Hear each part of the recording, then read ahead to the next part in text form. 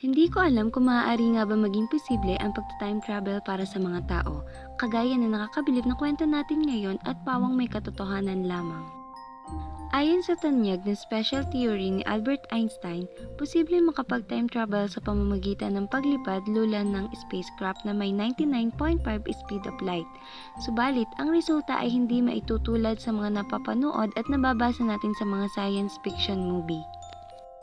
Isa lamang ito sa napakaraming kuro-kuro at haka-haka, kaya naman, hanggat sa hindi pa dumadating ang araw na atin mismo itong mapapatunayan, libangin muna natin ang ating mga sarili sa mga nakakaaliw na kwento katulad ng mga sumusunod.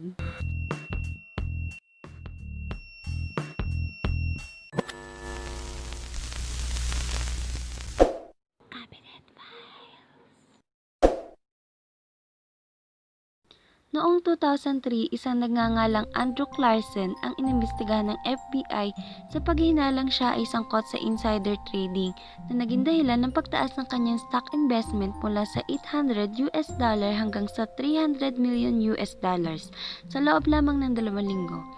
Mula sa 126 na kaduda-duda at mapanganib na mga transaksyon niya ay hindi man lang nabawasan ang kanyang pera. Ito ay noong mga panahon na kung saan ang mga stock prices ay patuloy sa pagbaba at karamihan naman sa mga investors ay nalulugi at nawalan ng pondo. Agarang dinakip si Clarkson at kinwestiyon ng mga otoridad sa pag-asa makakakuha sila ng mahalagang impormasyon tungkol sa anomalya. At hindi patas ang pangyayaring iyon, sa halip, ang FBI ay nakatanggap ng 4 na oras na pagtatapat sa natural na lalaki na siyang nagmula pa daw sa 250 years na hinaharap. Upang mapatunayan ang kanyang mga sinasabi, nagbigay ng konting prediction itong si Clarkson, kagaya ng saktong petsa ng araw ng pananakop ng Iraq at pagbibigay ng ilang payo patungkol sa lokasyon ng Osama bin Laden, kasamang binigay niyang impormasyon ay kung paano gumawa ng gamot sa AIDS. Ang lahat ng iyon ay kapalit ng pagpapalaya sa kanya upang makabalik sa kanyang sariling barko. Ang lahat ng bagay na iyon ay maikukonsiderang gawa-gawaan lamang na parang sira-ulong lalaking ito kung kaya hindi siya pinaniwalaan ng mga otoridad. Ngunit ang katotohanan ay kahit ang mga kapulisan ay sumasakit na ang ulo dahil wala silang matagpo ang record ni Andrew Clarkson. Tila ba isa itong kabuti na bigla na lamang tumubo at kahit isa sa mga citizen ng New York Times ay walang makakilala at makapagpatunay na siya ay pamilyar sa lugar na iyon. Dahil dito, siya ay pinalaya. Noong April 2, 2003, nakataktang dumalo sa court meeting si Clarkson kung saan hindi na niya nadaluhan at hindi na rin siya nakita kahit saan man magmula noon. Isang malinsangan ng gabi noong June 1950 ay hindi maipaliwanag ang pangyayaring naganap. Para bang pansamantalang tumigil ang pag-ikot ng mundo at ipinadala ang isang tao sa panahon kung saan hindi siya kabilang. Ilang oras bago maghating gabi, isang lalaki ang bigla na lamang sumulpot sa intersection malapit sa Times Square, New York City. Baka sa itsura niya ang pagkalito habang nakatayo sa natural na kalsada at agad umagaw ng atensyon ng isang pulis. Habang papalapit ang pulis upang kausapin sana ang lalaki, nagpalit ng ilaw ang traffic lights at dahilan sa pagkalito, dali-daling tumakbo ang misteryosong lalaki at hindi namalayan ang paparating na taxi. Dahilan ng kanyang pagkabangga at naghatid sa kanya sa kamatayan ng mga sandali ring iyon. Mabilis nag-ipon-ipon ng mga tao sa pinangyarihan ng insidente at walang nakakaalam sa pagkakakilanlan ng biktima at mga pinanggagalingan nito.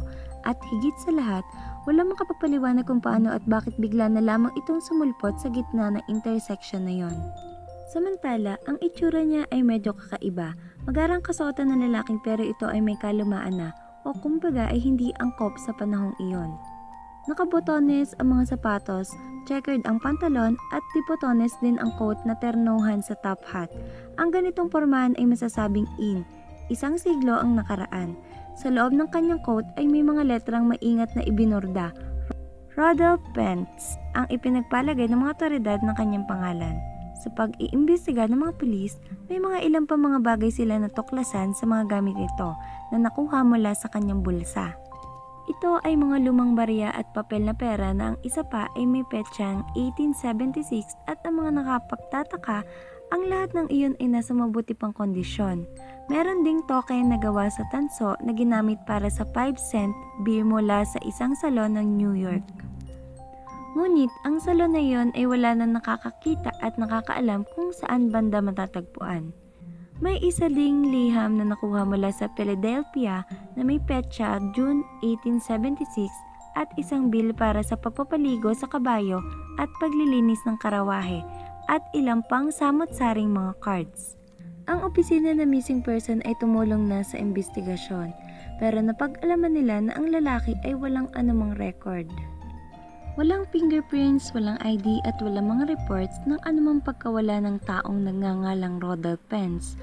Wala silang mahanap na anumang tala ng pagkakakilala ni Pence kahit saan hanggang isang araw natunto nila isang matandang babae. Siya ay balo ng asawa niyang si Rodolph Pence Jr. Sinabi ng matandang babae na ang kanyang bianang lalaki na si Rodolph Pence Sr. ay bigla na lang naglaho na parang isang bula isang araw taong 1876. Ang nakapagtataka, ang address ng bianan niya ay tumutugma sa address na nasa business card na nakuha nila mula sa bulsa ng misteryosong lalaki. Samantalang, ang mga bagay nito ay nagbigay lamang sa mga pulis ng mga ilang pang mga palaisipan. Wala nga ba talaga si Rodolph Pence noong 1876 at lumitaw sa panahong 1950? Hindi nga kayang nahulog siya sa dimensyon ng oras at naglakbay sa 74 na taon sa loob lamang ng isang kisap mata? April 23, 2006, may isang Ukrainian pulis ang nagmagandang loob na lumapit at tumulong sa isang lalaking mukhang tuliro. Nang tanungin niya ito kung anong problema, nagpakilala ang lalaki bilang si Sergey Ponomarenko. Ito ay may maayos na pananamit pero mukhang makaluma. Nagtanong ang lalaki tungkol sa isang dating iskinita na wala na ngayon. Habang nasa pangangalaga ng psychiatrist, nagugulang kung kinuwento ni Sergey ang nangyari sa kanya ng araw na yon. Ayon sa kanya, maaaliwalas ang umaga kanina kasama ang kanyang nobya habang namamasyal sa eskinita ng Kyiv. Nang biglang may nakita siyang isang bagay sa langit na hindi pa niya nakikita kailanman. Nilabas niya ang kanyang kamera, nag-focus, saka kumuha ng larawan. At sa isang iglap, ang lahat ng bagay sa paligid ay nagbago. Ang sumunod niya na lamang nakita ay isang pulis na papalapit sa kanya. Kagaya ng inaasahan, ni isa ay walang naniwala sa kanya. Ipinagpalagay pa ng mga doktor na makakakuha sila ng mga ebidensya na makapapagpatunay na gawa-gawaan lang ni Sergey ang lahat ng kanyang sinasabi sa pamamagitan ng pagtingin sa mga larawang kuha niya mula sa kanyang kamerang dala. Kung kaya, ipinasuri nila ang mga rolyo ng kanyang film at ang ipinagtataka nila, ang kanilang natanggap ay mga lumang larawan sa Kyiv, kasama ang mga litrato ng sinasabi nitong nobya, ilang mga selfie at ang huli ay isang kakaibang imahe sa langit na may hugis na parang isang kampana. Matapos kausapin ng doktor si Sergey, pinabalik na siya sa kanyang kwarto. Nakuhanan pa nga ng surveillance camera ng clinic ang pagpasok niya sa silid. Pero siya ay hindi na muli pang nakitang lumabas ng kwarto. Ang tanging daan palabas ay bantay sarado. May rehas din ng bintana ng kwartong iyon, kaya naman napaka-imposible talagang ang taong nasa loob ay makakatakas. Kagaya ng kanyang pagsulpot, bigla na ring nawala si Sergey na parang bula at walang naiwan na bakas na siya ay nanggaling doon. Makalipas ang ilang taon, nakilala nila ang girlfriend ni Sergey na noon ay matanda na. Sinabi niya na nawala nga ang kanyang kasintahan noong araw na iyon taong 1958 at sinubukan nila itong hanapin pero hindi na nila ito muli pang nakita hanggang sa ngayon. Ikaw kaibigan, naniniwala ka ba sa time travel? Sana'y na-enjoy mo ang ating kwentuhan. Salamat!